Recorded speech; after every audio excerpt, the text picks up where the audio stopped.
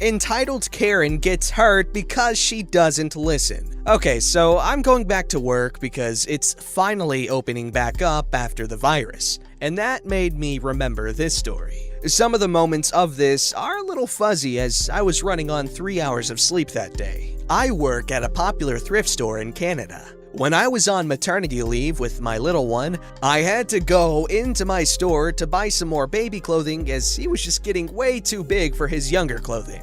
I hate buying brand new unless it's on sale. So I was browsing some of the household aisles, hoping to add to my collection of weird and pretty pottery that I had started when on leave, when I hear a smash at the other end. I looked at my watch and realized that most of the employees who would deal with this problem were on lunch. So, policy is, if something glass breaks, one employee would stand at the break point to stop customers from stepping on it, and another would go get a broom to clean the mess. Most times, the people who rolled the product were on the floor to deal with it, but Cash was in charge of that when break came up. As no one was around, I decided, what the hey, I'm not in any hurry and the baby's sleeping in the cart. So I stood there and my mother-in-law, who was with me at the time, went to tell Cash about the break. Most customers were my regulars who knew I worked there and just had a baby. Some of them even stood there, out of the glass, to gush about how cute my little man is. Then, this one lady who looked like a freaking Karen comes near. "Excuse me, ma'am, I'll have to ask you to go down the other aisle and come back to this one once the mess is cleaned up." She scoffed at me, looking me up and down. "You're not the boss of me! You don't even work here!" And started walking on the glass. To be fair, the clothing policy at the time was all black, and I was wearing bright colors and a long, flowing skirt. They have since gotten rid of the all-black policy, thank goodness, as I hate wearing dark colors. So I calmly said to this lady, "Please stop walking, ma'am. This glass could hurt you. And yes, I do work here. I'm just on leave with the baby." I motioned to him. "What glass? There's nothing on this floor," she said as she stopped to look on the shelves. She never even looked down. "I highly doubt you work here. You're just some entitled kid who had a baby way too young and is now trying to use it as a way to get free things." I was 23 at that point, 24 now. She went to walk away, and at that moment, this lady, if I can even call her that, freaking slipped on the glass. I asked her if she was okay, and she screamed, "Why didn't you warn me there's glass? I'll have you fired!" "I did warn you," I said as a supervisor and my mother-in-law showed up. The supervisor was the only one available to clean the mess, and she's one of the best ones there. My mother-in-law saw I was in distress and asked me what happened as the supervisor helped the lady stand. Luckily, the lady only got a small scratch on her hand from the glass. "I want her fired! Where is her manager?" Oh, so now she believes me, I thought. "I'm the manager on duty," she said to the lady. "What happened, OP?" As I explained to her what happened, the lady kept trying to butt in, but the supervisor kept holding one finger up to silence her. Another customer chimed in. "OP is telling the truth. I heard the whole thing, and you can check the cameras to see that for yourself." Most customers know that employees can get in trouble if they try to help with other customers, so they stayed out of it until now. "Thank you," the supervisor said to the nice customer, then looked at the lady. "So OP decides to go above and beyond in her job when she is on maternity leave, when she is a customer herself and tries to keep others safe. But you want her fired? You're crazy. OP did nothing wrong." The lady glares at me. "She's lying! She wanted me to get hurt. That's why she didn't tell me about the glass." It was bright freaking green. You can't even miss it like you could clear glass.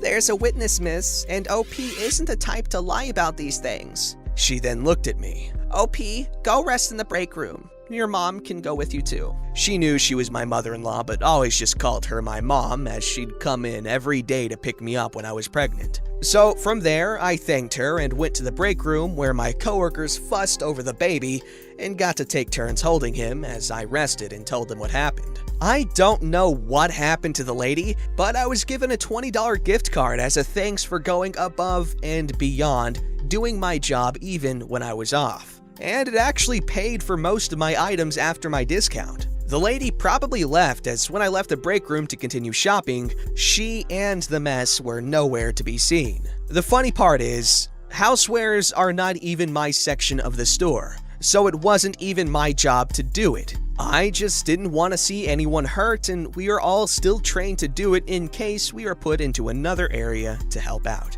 My question is, how do people get that old without realizing that acting like that is not okay? Like, at some point, they should have sat down and thought about how things work.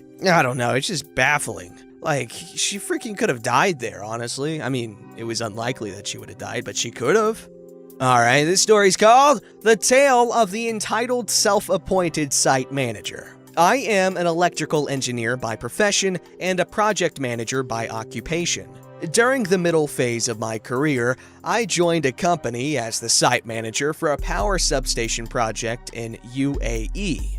After the initial orientation and briefing at the head office, I traveled to the city where my project is based and where I would reside for the next 2 years. I was accompanied by the project manager after we reached the site office. The project manager informed me that he had to visit the client at their offices and will join me shortly and introduce me to the site engineers and staff. The site team was at the work site and the site office was empty except for the CAD draftsman and the office boy. The project manager instructed the office boy to seat me in the site manager's office and left. As per the site organization chart, I had 2 construction managers, civil and electrical, working under me and other engineers of each discipline working under them. After around an hour and a half, the door opens and a man enters. He stares at me, then glares at me for I was sitting in the seat of the site manager, which happens to be me. "Who the hell are you?" I am OP. The new, without even giving me time to completely reply, he goes wild.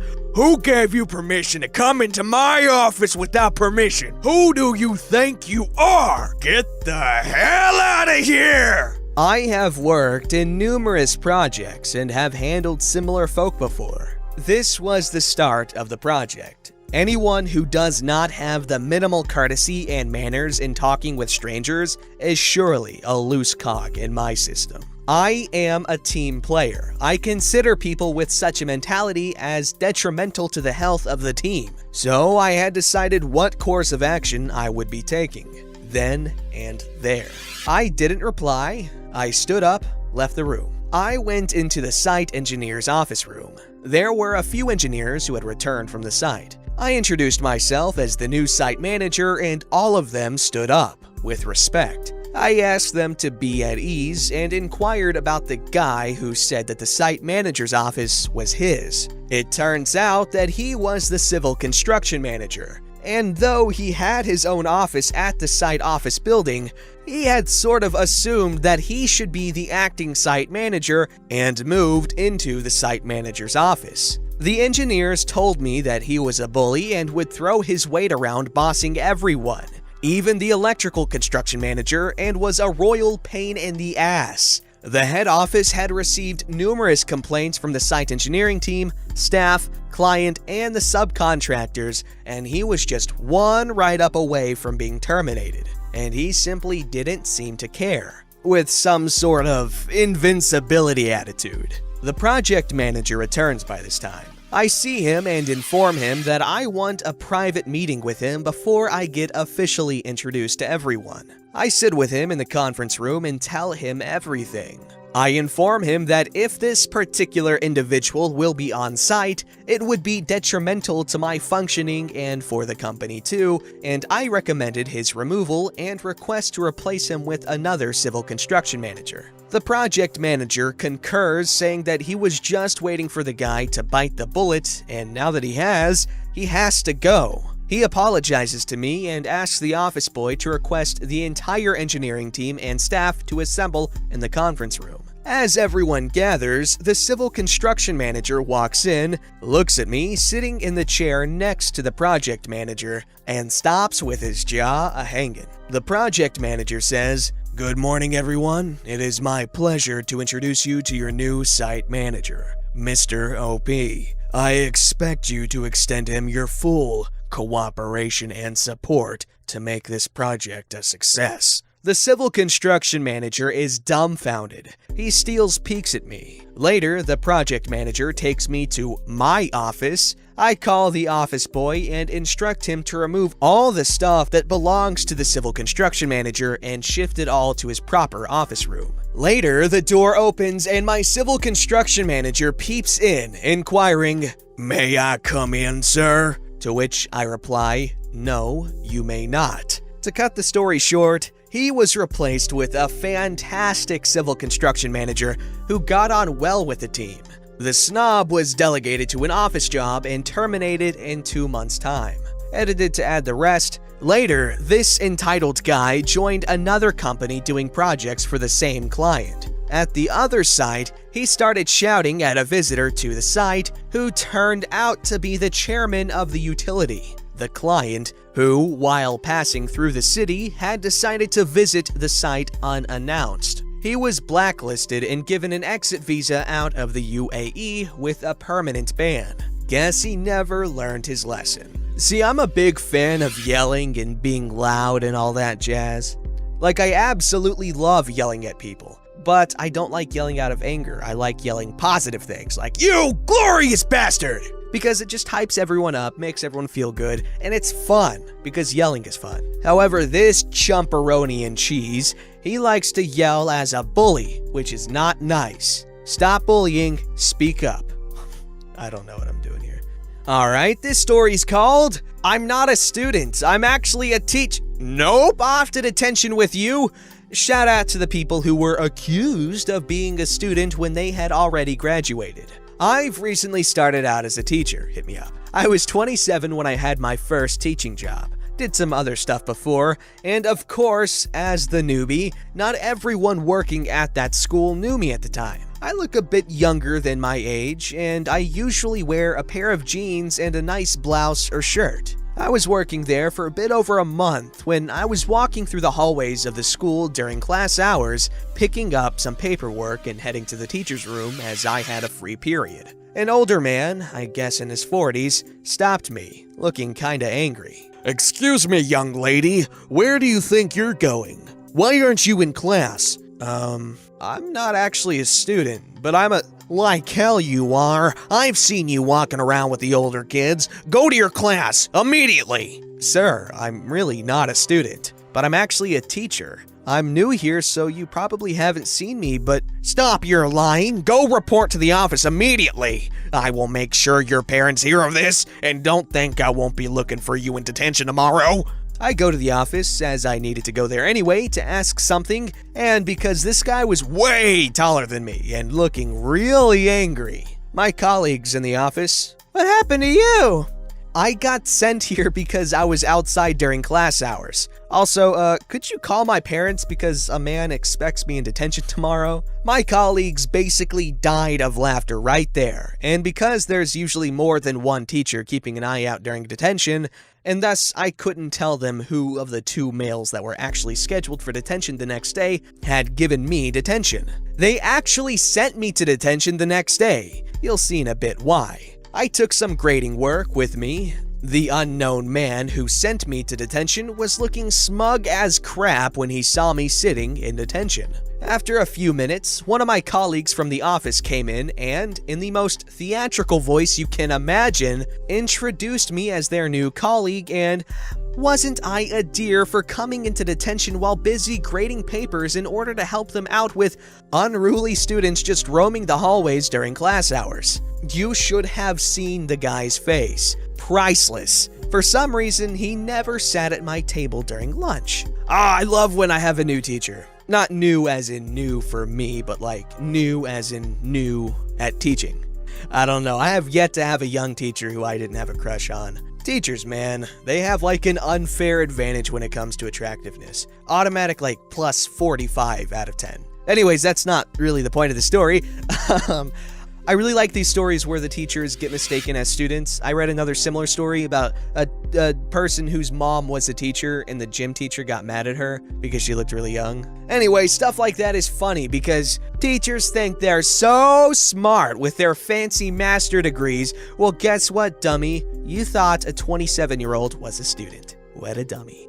Alright, now this story's called Teacher at the Prom Thinks I'm a Student. Happened a few years ago. Mid-30s Asian male with a typical baby face. I used to run a photo booth company which originally catered primarily to weddings. I got most of my work through word of mouth or from guests at the weddings who enjoyed the service. A few years into my operation, I started getting inquiries about doing high school events, i.e. proms, semi-formals, dances, I guess from teachers who were guests at the weddings. One of the guests sends me an email and introduces me to one of the head coordinators for a prom. We talk about the contract, logistics, service time, etc. Nothing out of the ordinary. I usually arrive about an hour before I begin service to deliver the equipment and set up. This is also around the time students start arriving.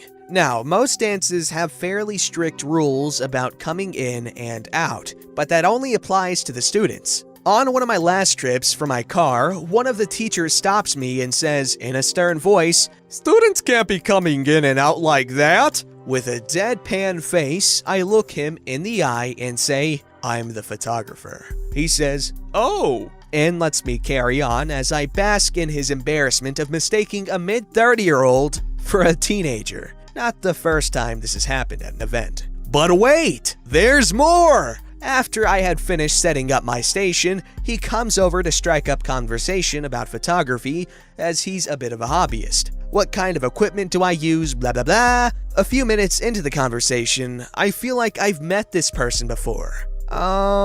Did you teach at so-and-so school like 20 years ago? Yes. Oh my god! Turns out he was my grade 10 and 11 science teacher in the mid-90s. It was a smaller school, so he remembered me even though he got my name slightly wrong. We had a good laugh about it. Sorry, no pitchforks required tonight. That's actually kind of a wholesome ending. I don't think I've seen any of my high school teachers, or any teachers, since I've graduated, which kind of sucks because I like a lot of my teachers. But that must have been a pretty cool reunion. You know he's gonna be telling his class that as soon as it's back in session. Oh wait, bad timing. Don't forget to like, subscribe, and hit that bell to never miss an episode.